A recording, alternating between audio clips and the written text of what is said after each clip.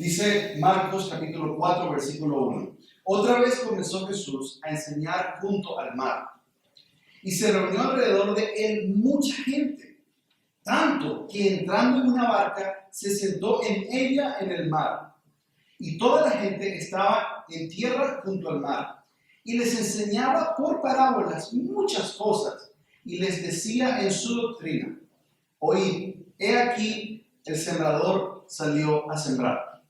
Al sembrar aconteció que una parte cayó junto al camino, y vinieron las aves del cielo y la comieron. Otra parte cayó en pedregales, donde no tenía mucha tierra, y brotó pronto, porque no tenía profundidad de tierra. Versículo 6. Pero salido el sol se quemó, y porque no tenía raíz, se secó. Y otra parte cayó entre los espinos, y los espinos crecieron y la ahogaron y no dio fruto. Pero otra parte cayó en buena tierra y dio fruto, pues brotó y creció y produjo a 30, a 60 y a 100 por uno. Entonces les dijo: el que tiene oídos para oír, que oiga. Versículo 10. Y quiero que vean, hermanos y amigos, que el énfasis que pone esta parábola en el oído y en el oír.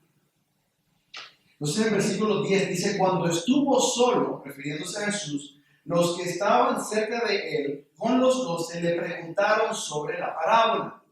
Y les dijo: a vosotros os he dado saber el misterio del reino de Dios, mas a los que están afuera, los que están fuera, por parábola todas las cosas, para que viendo vean y no perciban, y ¿qué?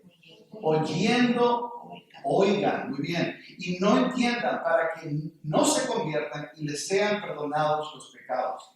Y les dijo: ¿no sabéis esta parábola? ¿Cómo pues entenderéis todas las parábolas? El sembrador es el que siembra la palabra. Y estos son los de junto al camino, en quienes se siembra la palabra, pero después que la ¿qué? Que la oyen, enseguida viene Satanás y quita la palabra que se sembró en sus corazones. Estos son asimismos los que fueron sembrados en pedregales, los que cuando han ¿qué? Oído la palabra, al momento la reciben con gozo, pero no tienen raíz en sí, sino que son de corta duración. Porque cuando viene la tribulación o la persecución por causa de la palabra, luego tropiezan. Versículo 18. Estos son los que fueron sembrados entre espinos, los que ¿qué? Oyen la palabra, pero los afanes de este siglo y el engaño de la riqueza y en las codicias de otras cosas entran y ahogan la palabra y se hace infructuosa. Estos son los que fueron sembrados en buena tierra, los que oyen la palabra y la reciben y dan fruto a 30, a 60 y a 100 por uno. Y si usted se da cuenta, en el siguiente párrafo, y no lo vamos a leer, también hay ese mismo enfoque acerca de el oír. Dice: el que tiene oídos para oír, que oiga, en el versículo 23. Y el versículo 24 advierte de una manera muy solemne Jesús: mirad, es decir, prestad atención, cuídate de lo que oís. Oremos para encomendarle este tiempo de estudio bíblico a nuestro Señor. Padre, te agradecemos por tu palabra, que inclusive al leerla solamente trae gozo a los corazones de aquellos que son tuyos. Te agradecemos que tu palabra trae dirección, tu palabra trae aliento, tu palabra trae el conocimiento de tu voluntad. Y yo te pido, Señor, que en este tiempo que vamos a estudiar tu palabra, Señor, que tú nos ilumines a las Escrituras para que podamos entenderlas de cómo aplican en nuestras vidas, para que podamos aceptar su autoridad y podamos entenderla como debe ser, Señor. Yo te pido que me des al que habla, que me des sabiduría, que me des gracia y que me des de nuevo para hablar como debo hablar la palabra de Dios. Oramos en el nombre de Jesús. Amén. Hermanos, les recuerdo por qué le llamamos la parábola de los suelos. Si en sus Biblias, véanla en sus Biblias, dice la parábola del sembrador. Y una de esas razones es lo que acabamos de ver. La palabra oír, del verbo griego akuo, aparece 3 ocasiones en todo ese pasaje. Una y otra vez aparece el énfasis es en oír la palabra. Otra razón por la cual creemos que esta parábola se refiere más al que está escuchando la palabra y no tanto al que la está predicando, es el hecho de que, primeramente, en la parábola Jesús no da detalles acerca del sembrador, es decir, del predicador. Él solamente lo identifica. Él tampoco da detalles acerca de la semilla, simplemente él dice que es la palabra. Ahora piensa, acabamos de leer el pasaje, piensa en la cantidad y el lujo de detalles que da acerca de el suelo donde se coloca la semilla. Y que según el versículo 15, ese suelo es ¿qué? El versículo 15, veanlo conmigo, dice, y estos son los de junto al camino, en quienes se siembra la palabra, pero después que la oye, enseguida viene Satanás y quita la palabra que se sembró en sus corazones. Entonces, hermanos, esa es la razón por la cual decimos que esta es no la parábola del sembrador, no la parábola de la semilla, esta es la parábola de los suelos. De los suelos. Y de nuevo, el énfasis es en la palabra oír.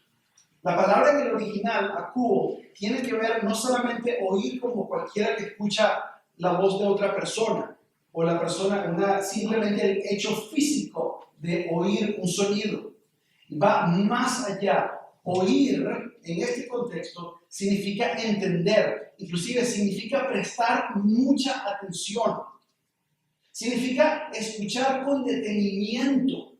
Inclusive en algunos versículos la palabra se puede utilizar para representar la obediencia.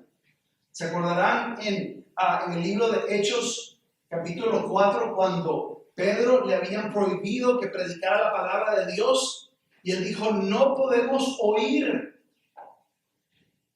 a las autoridades. Nosotros necesitamos seguir predicando la palabra de Dios. Ahora, ahí la palabra oír está en el original. En nuestras Biblias dice no podemos obedecer a las autoridades. Nosotros necesitamos seguir predicando el evangelio de salvación por Jesucristo. Entonces, hermanos, de nuevo, el énfasis acá está en el rol que el oyente tiene en la predicación de la palabra. Ahora, la semana pasada conversaba con unos hermanos en el patio, después de la enseñanza, que muchas veces esta parábola se utiliza para tratar de explicar qué es lo que sucede cuando un predicador comparte el evangelio. O para explicar qué sucede cuando nosotros estamos compartiendo el evangelio con un familiar o con una persona que tenemos en el trabajo. Y hay algunas personas que sí prestan atención. Vemos que hay personas que se emocionan con lo que estamos diciendo, pero ya al final, la semana que viene los ves y ya se les olvidó todo lo que les dijiste. Y muchas veces vemos esta parábola como una manera de entender estas cosas. Ahora, esta parábola definitivamente nos ayuda a entender estas cosas. Esta parábola nos ayuda a entender el porqué de la respuesta a la predicación del evangelio. ¿Por qué algunos dicen que sí? ¿Por qué algunos responden de manera positiva? ¿Por qué algunos rechazan? Etcétera.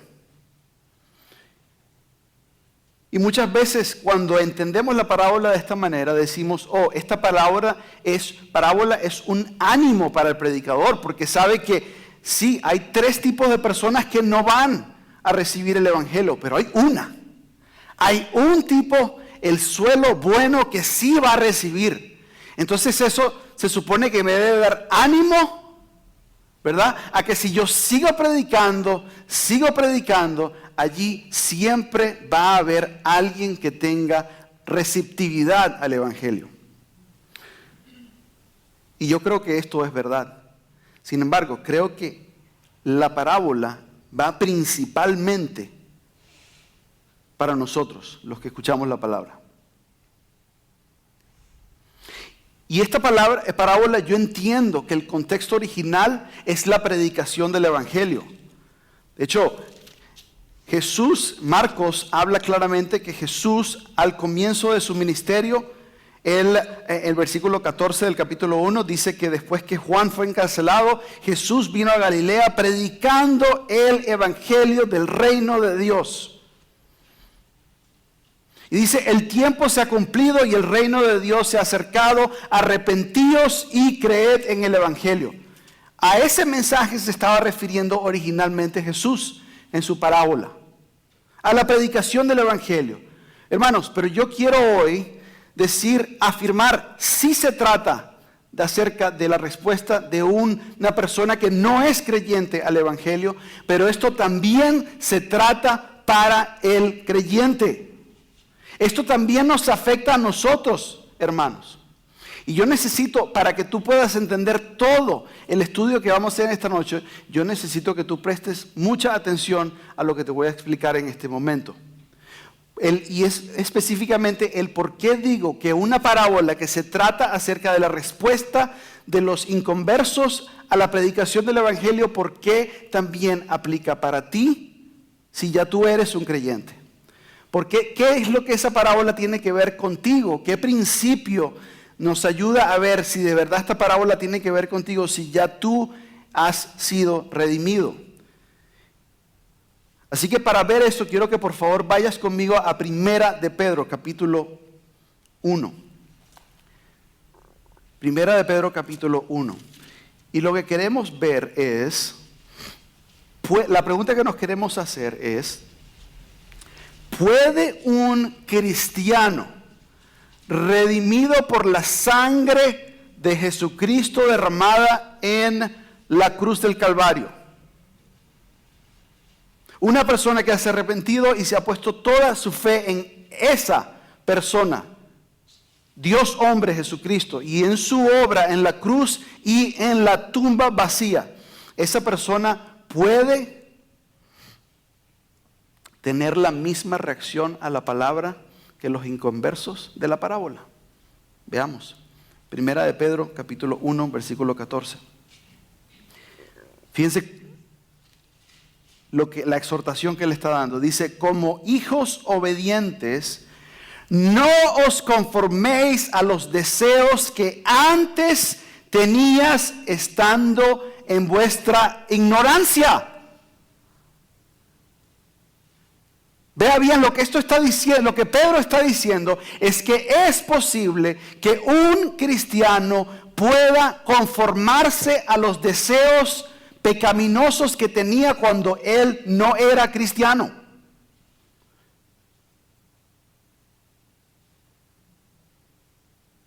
¿Sí se entiende?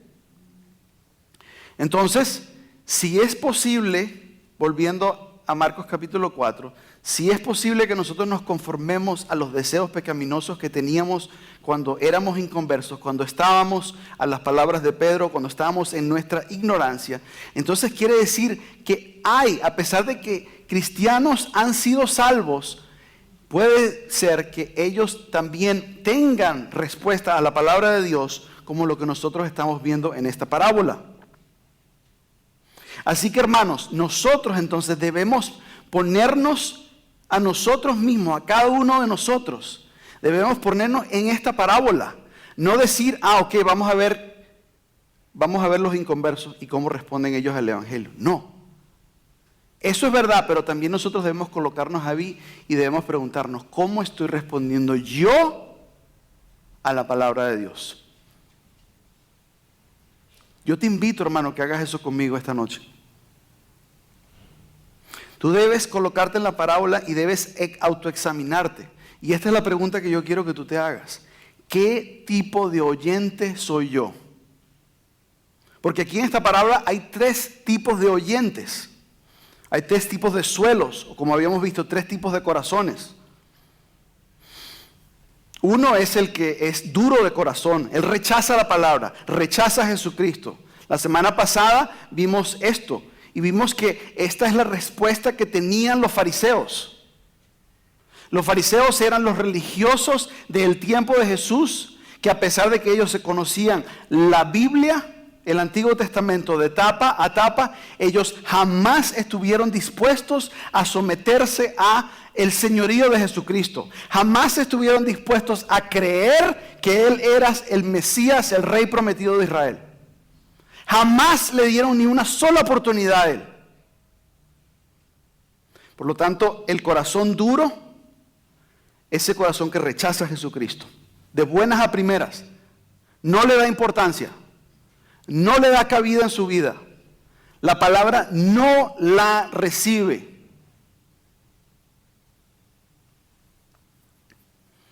Y dice la palabra que a las personas que reciben la palabra de esa manera, de hecho están bajo la influencia de Satanás. ¿Por qué? Porque Satanás toma la palabra y se la roba.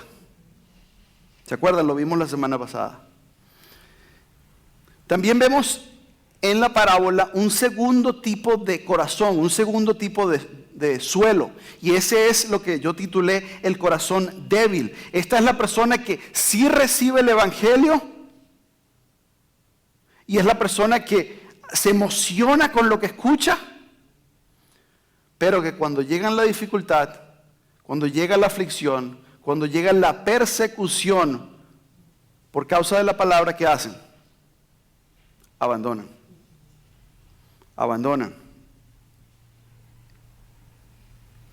Y vimos que así eran las llamadas multitudes, los grupos grandes de personas que seguían a Jesús. Ellos lo seguían a todos lados, lo apretaban porque querían estar cerquita de Él, pero al final ellos lo vendieron. Al final ellos dijeron, no, mátalo a Él, danos a Barrabás. También vimos que los discípulos son este tipo de corazón débil. Como Pedro que decía, yo jamás te dejaré. Jamás te dejaré. Y la Escritura dice claramente en Marcos, como lo vimos la semana pasada, que todos los discípulos decían lo mismo. Nosotros no te abandonaremos. Y cuando llegaron a poner preso a Jesús, ¿qué fue lo primero que hicieron? Todos salieron corriendo. Se acordarán que inclusive vimos un versículo donde sugiere que inclusive hasta Marcos estaba allí y salió corriendo con tal desesperación que cuando le quitaron la manta salió desnudo corriendo. Ese es el corazón débil. El corazón débil es el que prefiere su comodidad. El corazón débil es el que prefiere su seguridad que el sacrificio que requiere el evangelio. Esos fueron los 2 tipos de oyentes que escuchamos la semana pasada.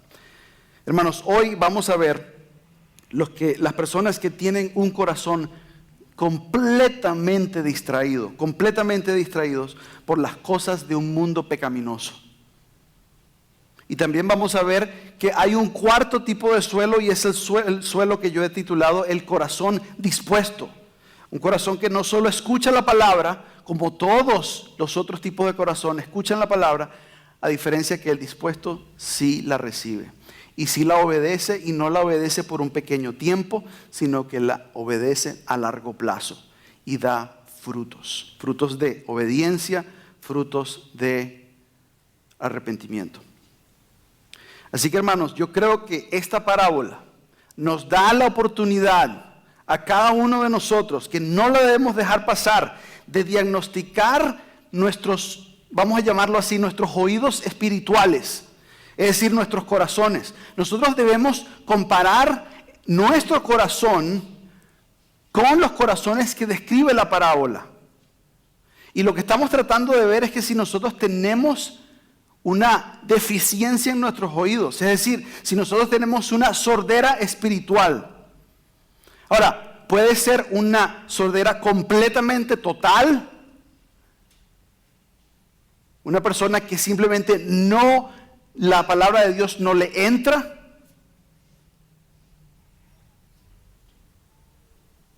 Y eso sería un no creyente. Pero yo creo que nosotros, los que estamos en Cristo Jesús, podemos tener una sordera parcial. Podemos tener una sordera parcial en donde hay cosas en nuestra vida que no queremos escuchar la palabra de Dios. Y sabemos lo que la palabra dice, pero no la queremos escuchar. O dejamos que las cosas del mundo, o dejamos que nuestra comodidad, nuestra debilidad de corazón, marchite esa semilla de la palabra en nuestras vidas. Así que por eso les recuerdo que el título de este mensaje es Diagnosticando tu sordera espiritual. Y hoy vamos a ver, y es la parte segunda, y hoy vamos a ver de los versículos 18 al 20. Los 18 al 20 la semana pasada vimos del 14 al 17. Así que vamos a ver, hermanos, el corazón distraído. Ya vimos la semana pasada el corazón duro, también vimos el corazón débil y ahora vamos a ver el corazón distraído. El corazón distraído. Leo Marcos capítulo 4, versículo 18 al 19. Del 18 al 19. Estos son los que fueron sembrados entre espinos, los que oyen la palabra, pero los afanes de este siglo y el engaño de las riquezas y las codicias de otras cosas entran y ahogan la palabra y se hace infructuosa. Fíjense, ¿qué notamos allí? Lo primero que notamos es que este tipo de personas escuchan la palabra. Al igual que todos los demás, ellos escuchan la palabra. No dicen si la escuchan una sola vez, si la escuchan 20 veces o si la escuchan 100 veces. Solamente dice que estas personas escuchan la palabra. Y ellos tampoco, al igual que el corazón duro o el corazón débil, ellos no responden a la palabra. No hay arrepentimiento, no hay obediencia, no hay entrega al señorío de Jesucristo, no hay absolutamente nada. Ahora, Jesús dice que ellos son como los que fueron sembrados en los espinos. Ahora, ¿qué son los espinos? ¿Qué son los espinos? ¿Se acuerdan que en Génesis 3 habla de que Adán iba a tener que cultivar la tierra y que ahora iba a ser difícil porque iba a haber espinos y cardos? ¿Se acuerdan? Probablemente se refiere a esa planta. Es una planta de alrededor de 1,5 metros a 2 metros. Básicamente una planta como de este tamaño, quizás. ¿Ok?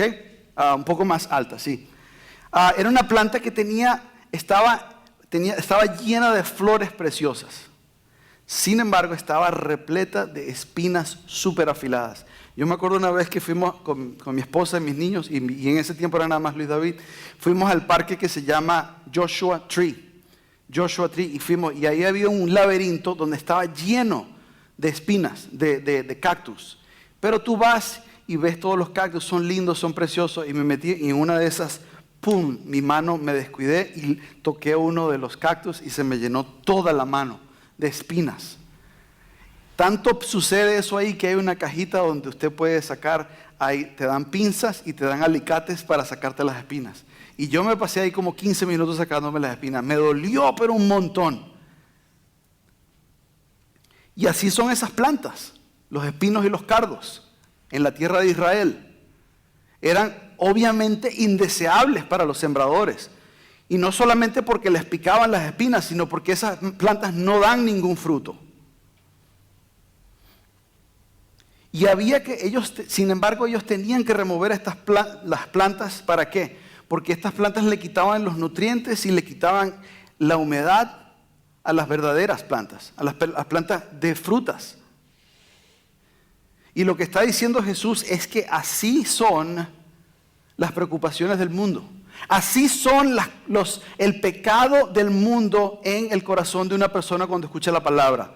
Es decir, las cosas del mundo le chupan, por decirlo de otra manera, toda la vida al corazón para que no responda a la palabra de Dios. Yo lo puedo ver como estamos hablando de una parábola que tiene que ver con el oído, lo puedo ver como las cosas del mundo son como ruidos muy altos, de muy alto volumen, que pueden ocasionar esa sordera espiritual. ¿Por qué? Porque esas cosas del mundo le roban la atención a tu mente y a la mía, a la palabra. De la misma manera en que los espinos le roban el agua y los minerales a la semilla. Entonces, Jesús aquí en esta parábola nos explica que hay tres ruidos que pueden causar esa sordera. Yo no sé si ustedes saben, pero hay muchas personas que terminan teniendo sordera al final de su vida porque trabajaron, por ejemplo, en el negocio de la música y siempre tenían que ir a conciertos y escuchaban la música a alto volumen. Eventualmente esas personas pierden su oído. También inclusive los operadores de máquinas que tienen un sonido muy alto y que no se cuidaron poniéndose los protectores de oído, esas personas con el tiempo, siendo expuestas a esa contaminación ambiental de ruido, esas personas pierden su oído. Y de esa misma manera, si nosotros nos exponemos a la pecaminosidad del mundo, nosotros vamos a perder la capacidad de escuchar la palabra de Dios. Así que veamos estos tres ruidos que menciona Jesús acá. El primer ruido es el siguiente: son los afanes de este siglo. Lo ve usted en su copia de la Escritura, ahí en la Reina Valera. Los afanes de este siglo, o como dicen otras traducciones, los afanes de este mundo. Los afanes de este mundo. Afanes, hermanos, se refiere a las preocupaciones, ansiedades, se refiere a lo que hoy en día nosotros le llamamos estrés. Estrés, estoy estresado. Y tú sabes, no sé si a usted le pasa, pero cuando yo estoy estresado, yo siento que los músculos de la espalda se me aprietan. Y hasta siento así que la cara se me pone así como, parece un perro, así bravo. Así, son ansiedades, son esas preocupaciones. Y al decir que son los afanes del mundo, se refiere a las cosas por las cuales el hombre secular, vamos a decirlo de esa manera, el hombre de este mundo, son las cosas por las cuales él se preocupa. Ahora, hay un sinfín de cosas y Jesús no dice exactamente qué es lo que preocupa a la persona. Entonces, la pregunta que nos podemos hacer, hermanos, que les hago yo a ustedes, es ¿qué pasajes vemos nosotros o qué pasajes pueden pensar acerca de cuáles son este tipo de preocupaciones del mundo? ¿Alguien se le ocurre algún pasaje en donde podemos ver cuáles son las preocupaciones y los afanes de este mundo? A ver, ¿alguien?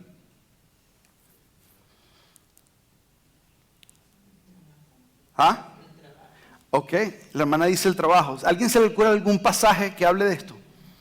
Quizás Jesús hablando, por ejemplo. A ver. Mateo 6. Que no se preocupen por el afán de este mundo. Exactamente, muy bien, hermano Romeo. Entonces vamos a Mateo 6. Vamos a Mateo 6 porque allí vemos que hay una de las cosas, uno de esos afanes del mundo son las cosas materiales, ¿cierto? ¿Cuáles son esas cosas materiales a las que habla Jesús en Mateo 6?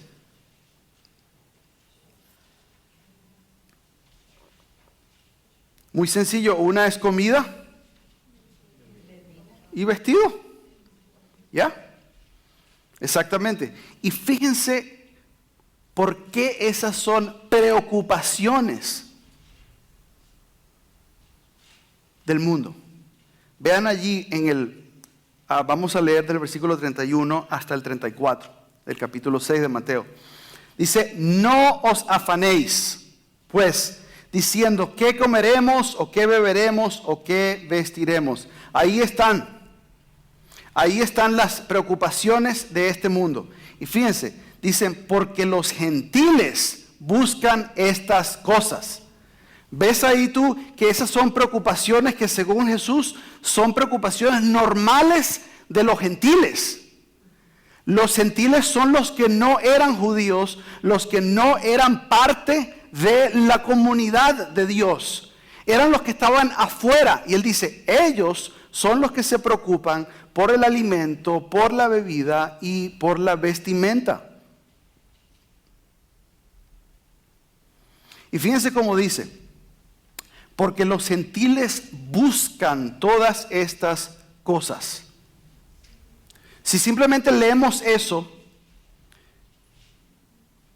no capturamos el sentido completo de lo que está diciendo Jesús, porque esa palabra buscar no solamente es simplemente ir a la tienda y comprar, se refiere a estar seriamente interesado o tener un fuerte deseo.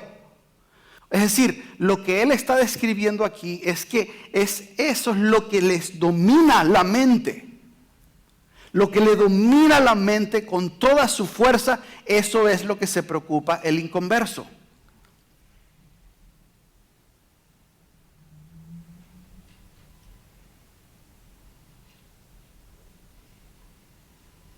Ahora, les pregunto yo, hermanos. En versículo 22 dice, porque los gentiles buscan todas estas cosas, pero vuestro Padre Celestial sabe que tenéis necesidad de todas estas cosas.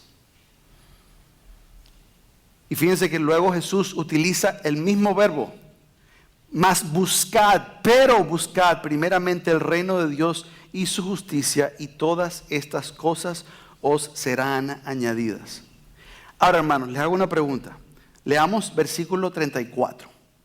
Porque aquí lo que estamos tratando de ver, les recuerdo, no solamente aquí queremos aprender, aquí queremos ver qué es lo que Jesús está describiendo para que nosotros comparemos con nuestros propios corazones. ¿Ok? No queremos olvidarnos de eso. Queremos que esto sea práctico, no queremos que sea una lección de teología. Queremos que sea lección de teología y que sea práctica, teología práctica. Y fíjense lo que dice, así que, versículo 34, así que no os afanéis por el día de mañana, porque el día de mañana traerá su afán. Basta a cada día su propio mal. Entonces, hermanos, yo les pregunto a ustedes, ¿cuál es el motivo de preocupación que Jesús muestra en el versículo 34? ¿Cuál es el motivo? No me respondan la vestimenta y la comida, porque eso no está en el versículo 34. Respóndanme, ¿cuál es? Vean sus Biblias, no me vean a mí. En el versículo 34, ¿cuál es la preocupación o qué es lo que hace preocupar a la persona? Y Jesús le dice, no te preocupes por eso. Porque cada día trae su propio porque dice, porque el día de mañana traerás su afán. ¿Ok?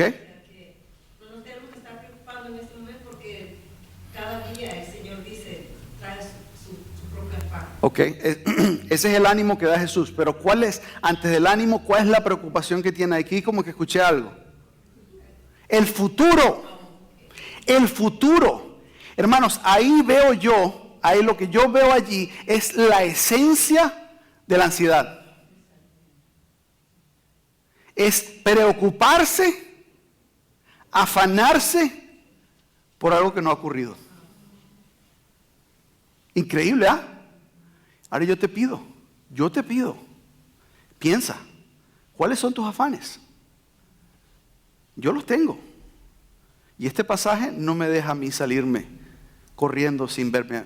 Veámonos en el espejo de la palabra. Y no nos volteemos y nos vayamos olvidándose cómo luce nuestro rostro. ¿Verdad? Y no solo eso, mis hermanos, sino que el punto que Jesús hace, ya regresando a la parábola, es que esas ansiedades de alguna manera ocupan nuestra mente y le quitan el espacio a la palabra de Dios. Es decir, que si yo estoy preocupado por mi economía familiar, si yo no sé, si yo veo ahí que me quedan unos $2,000 me quedan en la cuenta y dónde, cuando ya se me terminen, ¿de dónde voy a sacar más? ¿Eso está en el presente o está en el futuro? Y si yo estoy pensando en eso, pregúntame cuántas veces voy a abrir yo mi Biblia. Ese es el punto de la parábola ahí. Ese es el punto de la parábola. Que si yo ocupo mi mente en lo que quizás o en lo que yo temo que ocurra, es decir, que se me va a acabar la plata, o cualquier otra cosa, entonces esa va a ocupar todo mi pensamiento y no voy a tener yo espacio en mi mente para pensar en la Escritura.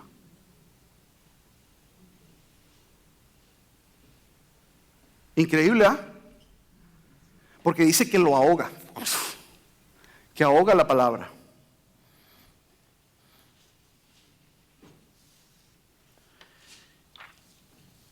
Fíjense que para el que no está en Cristo, el inconverso, él se afana por lo material, por lo mundano. Él no se afana por las cosas eternas. Yo esta semana estaba hablando con uno de mis colegas en el trabajo y él decía, mira, yo simplemente me preocupo por poder viajar cuando me retire y pasarla bien para tener buenas memorias para cuando yo esté ahí en el nursing home, ya en la silla de ruedas, y aunque sea pueda yo pensar y recordarme de las cositas bonitas que hice.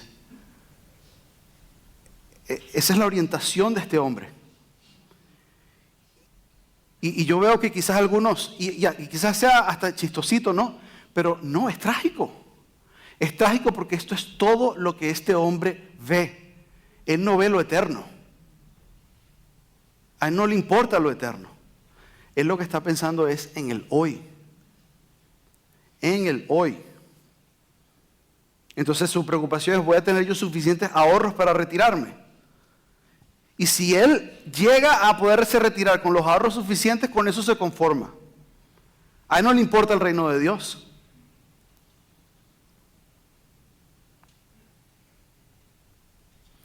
Yo te digo, si tú estás aquí hoy y tú eres uno de estas personas, si para ti el aquí y el hoy es suficiente, este eres tú. Y la condición de tu corazón es de preocuparse. De preocuparse. Es como dice el apóstol Pablo en 1 Corintios 15:32. Tu actitud es, comamos y bebamos porque mañana moriremos. Y eso es una actitud y una filosofía de vida bien peligrosa. Bien peligrosa. Sin embargo, hermanos, todos nosotros, seamos cristianos o no cristianos, tenemos que tener en cuenta que estas ansiedades no son simplemente, ¿se acuerdan la metáfora que estaba utilizando, que era como un ruido que te impide escuchar la palabra? Esto no es un sonido así bajito, sutil, no. Estos son ruidos estendrosos así que impiden prestar atención a la palabra de Dios. Son cosas, las ansiedades de este mundo te aturden la mente, te la abruman, te quitan todo lo que hay y simplemente no te permiten escuchar la palabra de Dios. A los cristianos le impiden por completo reaccionar a la palabra de Dios. Esa es la sordera total.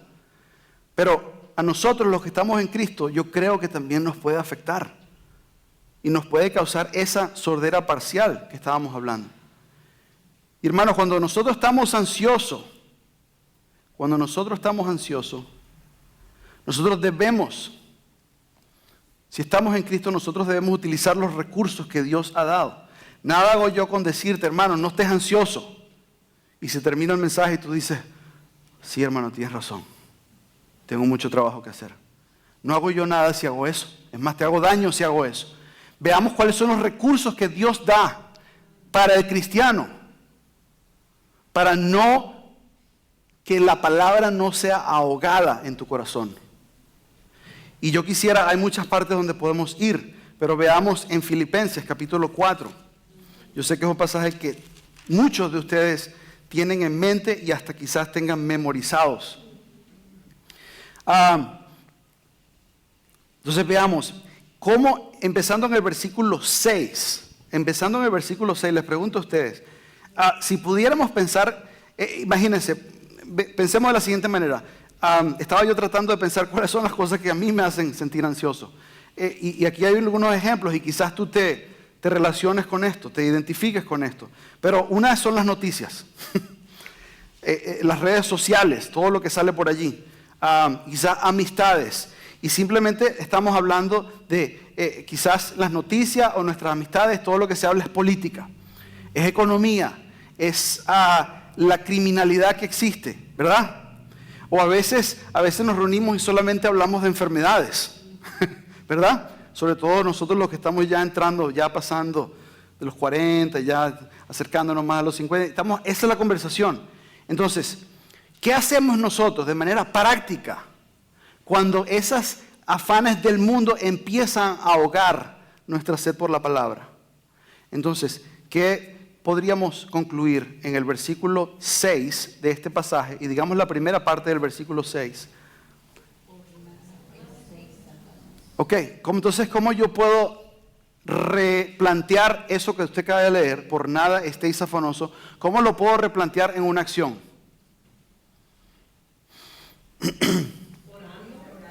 Orando, muy bien, ¿ok? ¿Qué tipo de oración? Sí, correcto. Pero antes de llegar allí, porque fíjense que si yo me lleno de ansiedad, según este versículo y según Jesús, ¿eso es qué? ¿Qué es eso? ¿Qué representa mi ansiedad, según la Escritura? ¿Ah? Sí. Más simple, hermanitos, pecado. Entonces, dice, por nada estéis afanosos. ¿Cuál debe ser mi reacción? Señor, por favor, perdóname por mi ansiedad. Yo sé que me estoy aferrando al futuro. Perdóname, Señor. Y quizás tú necesitas hacer eso hoy. Yo lo necesito. Y fíjense, en la segunda parte del versículo 6, ahí sí entra lo que decía la hermana Connie. Ahí sí entra, porque entonces ahora el tema que sea que me pone ansioso, entonces ya yo lo traigo al Señor. Y yo lo traigo al Señor, ¿y cómo lo hago? Bueno, yo traigo al Señor, como lo dice ahí, haciendo conocidas mis peticiones delante de Dios en toda oración y ruego con acción de gracias. Lo que sea que me traiga ansiedad, lo traigo al Señor. Pero fíjense que no termina allí lo que Pablo trata de enseñarnos. El versículo 8 dice que, por lo demás, hermanos, todo lo que es verdadero, todo lo honesto, todo lo justo, todo lo puro, todo lo amable, todo lo que es de buen nombre, si hay virtud alguna, si hay algo digno de confianza en esto, pensad. ¿Y cómo se llama eso? Meditación. Eso se llama meditación. Entonces, el versículo 8 se refiere a la meditación. Ahora, ¿voy a meditar en qué? ¿En la política? No, güey. En la palabra de Dios. Ahí donde en la palabra de Dios, inclusive en la persona de Cristo, es donde se encuentra todo lo honesto, todo lo verdadero, todo lo justo, todo lo de buen nombre, todo lo que está lleno de virtud, lo que es digno de alabanza. Eso se encuentra en la palabra de Dios y en la persona de Jesucristo. Amén. Entonces, no solo eso, hermanos. Fíjense que hemos visto confesar nuestra ansiedad, traerla a nuestro Dios en oración, y también es meditar entonces en la palabra, sino que hay un elemento mayor. Siguiente, versículo 9. Fíjense lo que dice Pablo a los filipenses. Lo que aprendisteis y recibisteis y, de nuevo, oísteis, pero escucha, dice, y visteis en mí esto, ¿qué? Haced, y el Dios de paz estará con vosotros. Entonces no es solo confesar, no es solo hacer petición, no es solo meditar en la Escritura, pero buscar maneras prácticas de aplicar lo que nosotros vemos en la Escritura, de obedecerla. Y entonces la promesa que da la Escritura allí es que si nosotros seguimos ese patrón, no me gusta llamarlo pasos, pero si nosotros seguimos ese patrón bíblico, entonces la promesa es que el Dios de paz estará con vosotros. Hermanos, ese fue el ruido número 1. Ahora veamos el ruido número 2, se llama el engaño de las riquezas. Este es otro ruido muy fuerte que nos puede dejar sordos. Las riquezas son una de las tantas preocupaciones que tiene el mundo. Y la idea aquí es que las riquezas engañan. Las riquezas engañan al que escucha la palabra de Dios. Es decir, hacen creer algo falso, te seduce con mentiras. Las riquezas te dan una ilusión. Y solamente eso, una ilusión. Entonces, la pregunta que para mí es más interesante que nosotros discutamos hoy es cómo es eso de que las riquezas engañan. ¿Qué nos dice la Escritura acerca de el engaño que nos hacen las riquezas? Y el primer engaño que yo quiero mencionar el día de hoy es el siguiente. Hermanos, las riquezas nos tienen el poder, un poder increíble a llevarnos a la idolatría. A la idolatría. Así que para eso, hermano, quiero que veamos el ejemplo del joven rico en Marcos capítulo 10. Entonces regresemos al Evangelio de Marcos y vamos a al capítulo 10, en donde vamos a ver allí al joven rico. Al joven rico, donde si se acordarán por cuestión de tiempo, se acordarán que él le llegó a Jesús y él le preguntó, maestro, bueno, ¿qué haré para poder heredar la vida eterna? Y Jesús le hizo varias preguntas. ¿Has cumplido la ley? Todo lo he cumplido desde mi niñez. Él dijo, solamente una cosa te hace falta. Vende todo lo que tienes, dáselo a los ricos y a los pobres y sígueme. Sígueme. Y fíjense en el versículo 21. Leamos esa parte. Dice, entonces Jesús mirándole le amó y le dijo, una cosa te falta, anda, vende todo lo que tienes y dalo a los pobres y ¿qué? Tendrás tesoro en el cielo y ven, sígueme tomando tu cruz. O sea, esa propuesta nada que ver, al joven rico no le gustó. Le dijo, vende todas las riquezas que tú tienes y de paso sígueme y entrega tu vida. Porque eso entrega tu vida por causa del Evangelio. Eso es lo que significa tomar su cruz. Está dispuesto a morir, ¿cierto? Y fíjense, dice, pero él, afligido por esta palabra, se fue triste porque tenía muchas posesiones. Hermanos, ¿ven la fuerza que tienen las riquezas para rechazar a Jesús? Y fíjense, Jesús le ofreció las riquezas, como dice claramente en el versículo 21, tesoro en el cielo.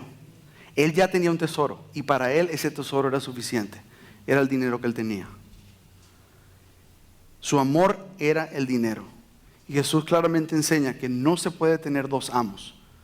Porque o amas uno y odias al otro o viceversa. Pero no puedes amar a los dos. Y hay muchas personas que se rehúsan a venir a Cristo. Se rehúsan a venir a Cristo si por alguna razón ellos creen que eso les va a evitar crecer en sus riquezas. Si de alguna manera la piedad le va a atacar su generación de dinero, no vienen a Cristo. Y a esa persona la pregunta es, ¿qué aprovechará al hombre si ganare todo el mundo y perdiere su alma? ¿O qué recompensa dará el hombre por su alma? Lo puedes ver luego en Marcos 8. Entonces ese fue el primer engaño. Veamos el segundo engaño. Y el segundo engaño, hermanos, es que las riquezas traen muchas tentaciones. Y es tentaciones a pecar y a pecar gravemente que lleva a la condenación. Veamos esto en 1 de Timoteo capítulo 6. 1 de Timoteo capítulo 6. Esto es un pasaje que debe traer escalofríos del poder que tiene o del peligro que tienen las riquezas. 1 de Timoteo capítulo 6. 1 de Timoteo capítulo 6. Y fíjense que allí dice Pablo de la siguiente manera, pero gran ganancia es la piedad acompañada de contentamiento, porque nada hemos traído a este mundo y sin duda nada podemos sacar. Así que teniendo sustento y abrigo, estemos contentos con esto.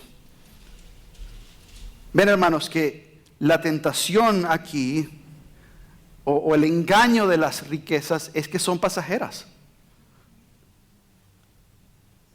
El día de tu muerte tú puedes poner las monedas de oro, las puedes meter ahí contigo en la urna, pero no se van a ir contigo. Ahí se quedan, para que años después venga alguien y se las lleve y se las robe. Así eran los faraones egipcios. Sus tumbas estaban llenas de cosas de oro y todo eso. ¿Y qué? ¿Para qué han quedado? ¿Para que vayan a museos o para que vengan personas y se las roben? Sino que más bien la riqueza verdadera, según este versículo, es la piedad con contentamiento. Y fíjense en el versículo 9 y 10. Dice, porque los que quieren enriquecerse caen, escuchan bien, los que tienen el deseo de enriquecerse, caen en lazo y en muchas codicias necias y dañosas que hunden a los hombres ¿en qué? Destrucción y perdición. Versículo 10, porque raíz de todos los males o de todo tipo de males, probablemente es una mejor traducción, es el amor al dinero. No el dinero, sino el amor al dinero, el cual codiciando algunos se extraviaron de la fe y fueron traspasados de muchos dolores. ¿Ves, hermano, el peligro que hay allí? ¿Por qué engaña? La riqueza te da la idea de que vas a estar bien, te da la idea de que vas a... Simplemente te engaña, ¿verdad? Pero aquí está diciendo que tiene el poder, si ese es tu única horizonte, tiene el poder para hacerte extraviar inclusive de la fe, que es lo que pasa con los falsos maestros. Y por cuestión de tiempo veamos el engaño número 3, que es que te puede hacer confiar en las riquezas y no en Dios. Escúchame bien, las riquezas te pueden hacer confiar en ellas en vez de confiar en Dios. Fíjense cómo lo dice allí mismo, en el mismo capítulo que estamos ahorita, a partir del versículo 17. Dice, a los ricos de este siglo manda que no sean altivos. Ahí está la primera característica, altivez por la riqueza. Número 2, ni pongan la esperanza en las riquezas, las cuales son inciertas. ¿Ven el engaño que tiene la riqueza? Te hace correr el peligro de que tú te exaltes a ti mismo. Dice, no, te da el peligro de que tú pongas la esperanza en algo que ni siquiera es duradero, que ni siquiera es cierto. Dios sí es cierto, porque dice, sino en el Dios vivo que nos da de todas las cosas en abundancia para que las disfrutemos. Y por cierto, aquí está el balance. Yo no estoy diciendo, ni la Escritura dice que el dinero sea malo, de que las riquezas sean malos. No, el amor al dinero es lo que es raíz de todo tipo de males. No solo eso, sino que aquí dice que Dios ha dado el dinero y las riquezas para que las disfruten. Leo de nuevo, sino el Dios vivo, el versículo 17, que nos da todas las cosas en abundancia, ¿para qué?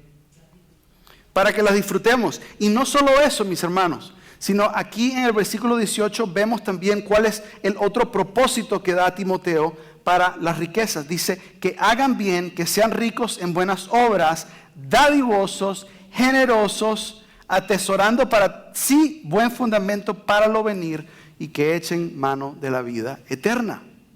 La idea en general es diciendo, utiliza tu dinero, utilízalo, disfrútalo porque es una bendición de Dios, pero también utilízalo para invertir en generosidad, para invertir en la vida del ministerio, en la vida de la iglesia. ¿Para qué? Para atesorar algo que tenga que ver, invértelo en algo que tenga que ver con el reino de Dios, para que tus tesoros estén allá y no aquí. Entonces yo te pregunto, hermano, hemos visto cómo las riquezas engañan.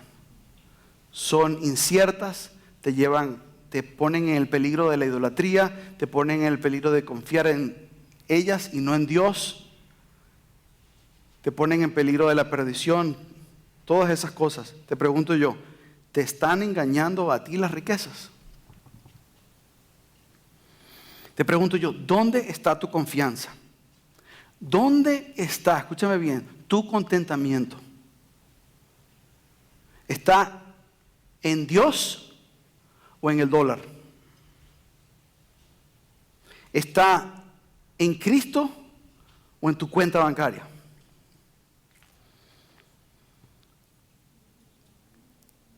Si tu confianza está en el dólar y en la cuenta bancaria, eso va a ahogar el efecto de la palabra de Dios en tu vida.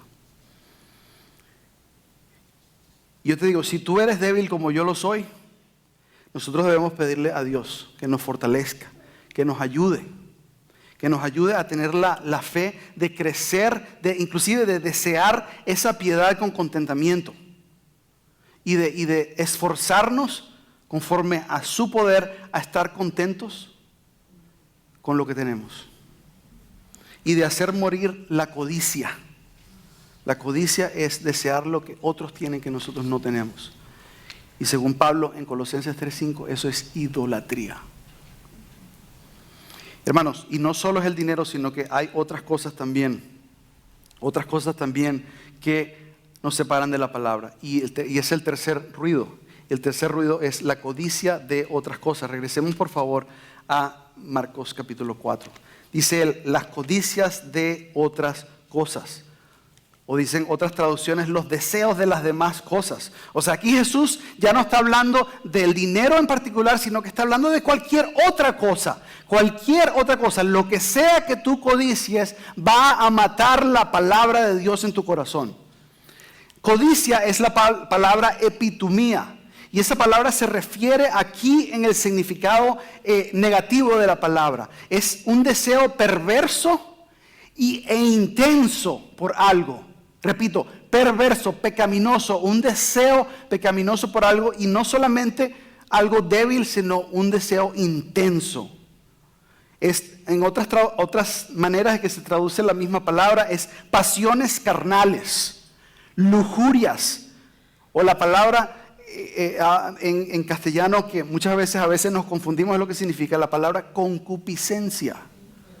Todas esas palabras tienen que ver con ese deseo de las cosas malas. Yo me acuerdo un comentario que hizo hace algunos años nuestro querido hermano Samuel Heredia.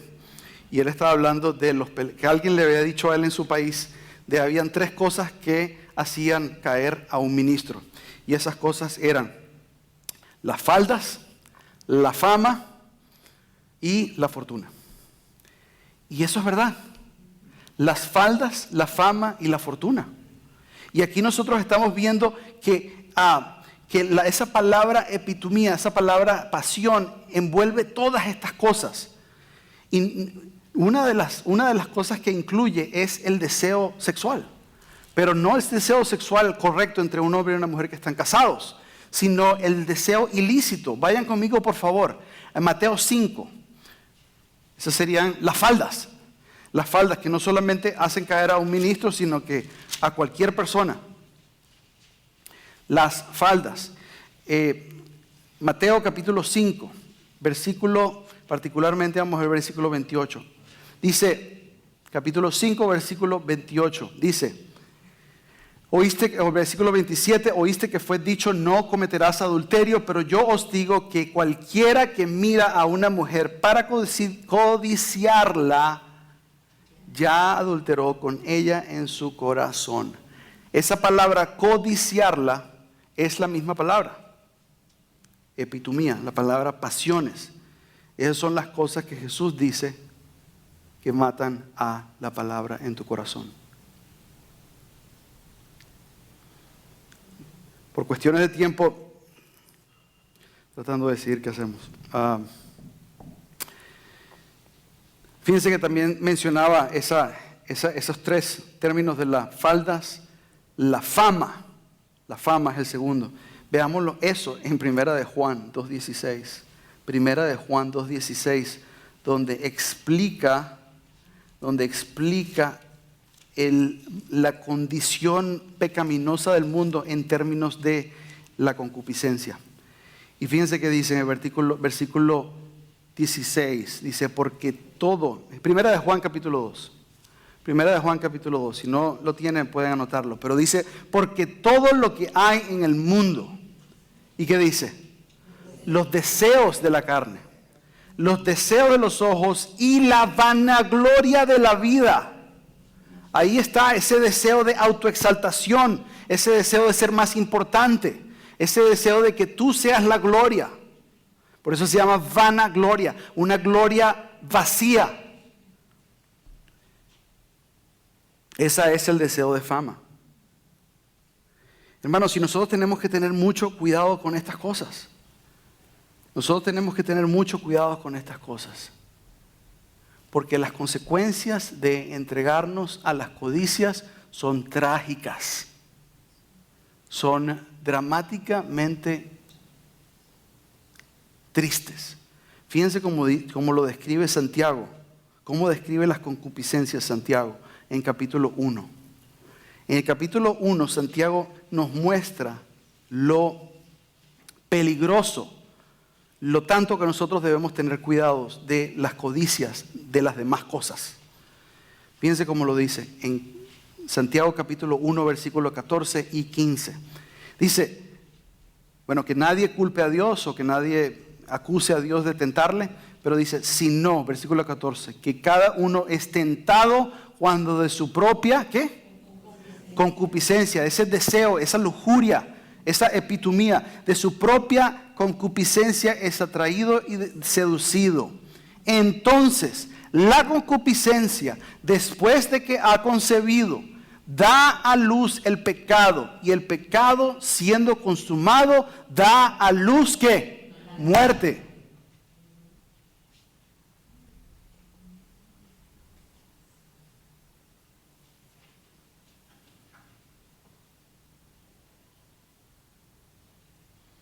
Entonces, hermanos, estas tres cosas que hemos visto son cosas que nos impiden escuchar la palabra de Dios. Y el último punto que hace, y ya con esto sí sé que tenemos que terminar porque sé que están cansados, pero es que esto es emocionante, ¿no es así? Increíble. Marcos, capítulo 4. Y esto lo voy a resumir bastante para que podamos irnos. Pero no podemos terminar sin la obra de Dios. La obra de Dios está en el versículo 20. Versículo 20 dice, y estos son los que fueron sembrados en buena tierra, los que oyen la palabra y la reciben y dan fruto a 30 y a 60 y a 100 por uno.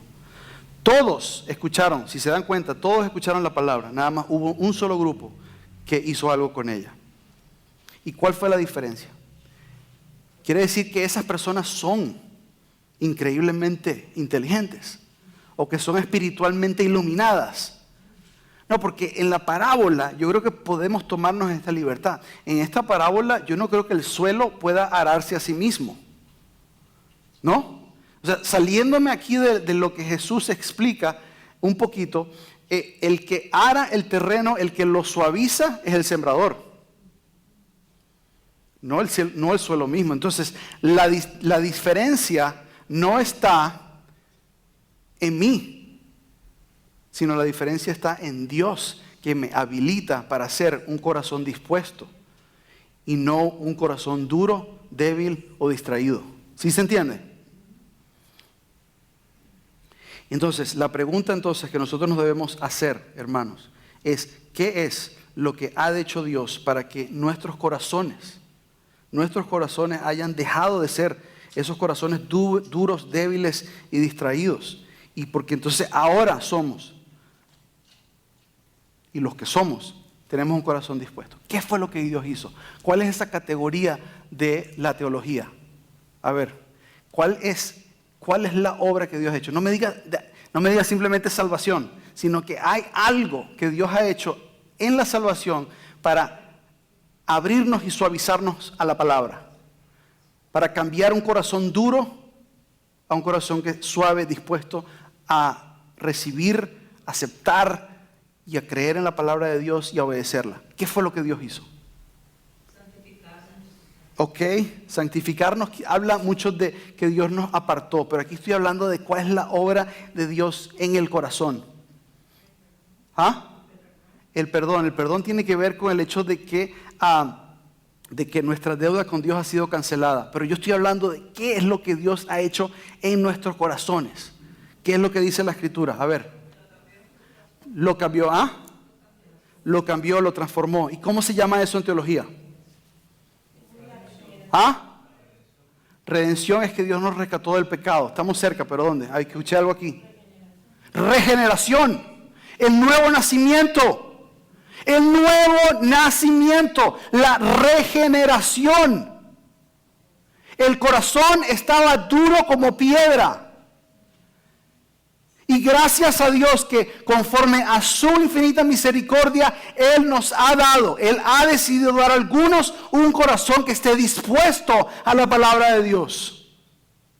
Esto no es obra de hombre, no puede serlo, porque el hombre está muerto en sus delitos y sus pecados. No puede ser, esta obra tiene que ser de Dios. Y es una marca distintiva, es decir, es imposible confundirse con eso. Lo único que tienes que ver es cuál es tu respuesta a la palabra de Dios. ¿Es la palabra de Dios? ¿Tiene la autoridad para ti? ¿O es solamente una idea religiosa interesante? ¿Es la palabra de Dios autoritativa o para ti es opcional? ¿La palabra de Dios te llena, te colma de esperanza? ¿O tú sigues viviendo en esa ansiedad de la que estábamos hablando?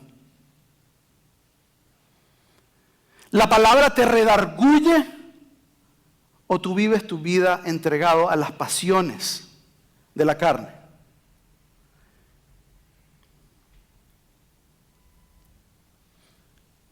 Tito capítulo 2, versículo 11, no tienen que buscarlo por cuestión de tiempo, dice: porque la gracia de Dios se ha manifestado para salvación de todos los hombres, enseñándonos que renunciando a la impiedad y a los deseos mundanos, vivamos en este siglo sobria, justa y piadosamente, aguardando la esperanza bienaventurada y la manifestación gloriosa de nuestro gran Dios y Salvador Jesucristo. Escuchen, quien se dio a sí mismo por nosotros, para redimirnos de toda iniquidad y purificar para sí un pueblo propio, celoso ¿de qué? De buenas obras. Hermanos, como Efesios capítulo 2, versículo 8 al 10 dice, nosotros fuimos salvados para hacer obras. No fuimos salvados por obras, para que nadie se gloríe. Pero nosotros fuimos salvados con el propósito de que nosotros estuviéramos llenos de obras en nuestras vidas. Es decir, las obras, hermanos, no se confundan en esto. Las obras son la consecuencia de la obra de Dios. Las obras son las consecuencias de esa regeneración de la cual les hablamos. No la razón. No es que Dios ve tu vida como te has estado fajando de acomodar tu vida y Él dice, ok, a este lo voy a elegir. Y te estás fajando y sigues tratando de hacer lo mejor que tú puedas, que quizás no sea tan bueno como aquella persona que tú ves allá, pero sí es mejor que el hermanito que yo tengo aquí al lado mío. Y dice, ok, Dios me va a ver ese esfuerzo mío y me va a elegir. Y me va a dar un corazón nuevo. No, las obras vienen como resultado de la obra soberana de Dios. Y hermanos, en esto nos confundimos mucho. Y esa figura del suelo nos ayuda a entenderlo. Porque el suelo no puede hacer nada para ser fructífero. El suelo necesita de el cultivador para ararlo, para que esté idóneo para recibir la semilla. Y fíjense que dice, y dan fruto a 30, a 60 y a 100 por uno. A 30, a 60 y a 100 por uno. Y literalmente esto dice que unos producen 30 frutos, otros 60 y otros a 100 por uno. ¿Y por qué es esto? ¿Por qué todos no producimos igual? Yo no sé, pero lo que yo sí sé es que no todos somos igualmente productivos. Y eso está bien, esa es la soberanía de Dios. Es Él, según la voluntad del Espíritu Santo, el que nos ha concedido dones. Nuestro llamamiento es que nosotros seamos fieles a producir de acuerdo a lo que nosotros recibimos. ¿Sí se entiende? Y eso, hermanos, debe ser un correctivo para nuestro orgullo. Porque si yo veo que mi hermanito allá, él es mucho más productivo que yo en las cosas del Señor, en mi corazón va a haber codicia. ¿Sí? Pero según esto dice que no. Tranquilo, hay algunos que producen 30, otros que producen 60 y otros que producen 100. Ahora, ¿quiere decir que nosotros vamos a ser holgazanes? No. Nosotros trabajamos no para tratar de ser como fulanito. Nosotros trabajamos porque nosotros hemos sido receptores de la gracia soberana de Dios. Y eso nos llena de amor por Él. Y eso nos llena de propósito para servirle. Hermanos, para concluir, yo les agradezco mucho su paciencia. Pero quiero que concluyamos de esta manera. Porque es una parábola preciosa. Yo quiero que no desaprovechemos la oportunidad para ver este tipo, para releer en nuestro tiempo devocional, releer esta parábola y hacer esa pregunta: ¿cuál tipo de corazón soy yo? Hay algunos de ustedes que van a llegar a la conclusión: yo ni siquiera sé si soy salvo. Y el que no ha puesto su fe en Cristo, lo que dice esta parábola es: simplemente ve tus obras. Si en tu corazón no hay deseo por Dios, si en tu corazón no hay deseo por servirle, cero, no hay nada, quiere decir que en ti no hay vida espiritual. Y debes arrepentirte. Pídele a Dios que are y suavice la tierra de tu corazón. Y ven a Cristo. Confiesa tus pecados. No trata de arreglar tu vida y después ven a Cristo. No, ven a Cristo. Él te va a hacer cambiar tu vida. Él te la va a regenerar. Tú ven a Él primero. Jesucristo murió en la cruz. Jesucristo resucitó de los muertos para tener el poder, para conceder el poder para cambiar una vida. Sin importar lo pecaminosa que has sido. Sin importar lo perdido que tú te sientas. Ese es el poder de la cruz. Ese es el poder del sepulcro vacío. Y yo creo, hermanos, que nosotros, los que somos creyentes, esta parábola nos invita a que nosotros observemos nuestro propio fruto. Fíjense, repito, que nosotros observemos nuestros propios frutos. No estoy diciendo que observemos los frutos del que tengo yo al lado. Esta parábola nos llama a cada uno de nosotros que nos haga preguntar: ¿será que la palabra está siendo ahogada en mi vida? ¿Por la ansiedad? ¿Por el amor al dinero? ¿Por las concupiscencias y las lujurias? ¿Por las codicias? ¿Será que la comodidad, como el del corazón débil, la comodidad cuando vienen las dificultades por la palabra, salgo yo huyendo? ¿Será que yo tengo un corazón duro? Y pedirle al Señor que nos muestre cómo nosotros estamos respondiendo a la palabra de Dios. Yo creo que Él va a responder esa palabra, esa oración. Lo ha hecho conmigo y yo creo que lo va a hacer con aquel que en humildad venga a Él. Él ha hecho el trabajo, Él ha hecho la obra y Él no va a cesar de obrar en aquel que esté en Cristo Jesús. Y si hay aquí alguien que no esté en Cristo Jesús, hoy es el día de salvación. Hoy es el día para arrepentirse. Hoy es el día para venir a Cristo y recibir esa palabra y poner el corazón abierto ante Dios para que Él lo suavice y Él haya cabida a la palabra para que crezca esa semilla y dé fruto a 30, a 60 y a 100. Oremos. Padre, te agradecemos por tu palabra, Señor, que es poderosa, es fuerte y nos llena de ánimo, nos llena de tu sabiduría. Yo te pido, Señor, que nos ayudes a diagnosticar la sordera que nosotros podamos tener en nuestros corazones. Yo te pido, Señor, que tú nos ayudes a ver, a entender o a evaluar cómo nosotros respondemos a tu palabra, Señor. Si es una respuesta con disposición o si nosotros de alguna manera negamos o si tu señorío, si nosotros descuidamos la palabra en nuestras vidas, Padre. Ayúdanos a ser fieles. Te agradecemos que los que estamos en Cristo Jesús tú nos concediste entender y saber la palabra del Evangelio. Y nos diste un corazón blando para responder.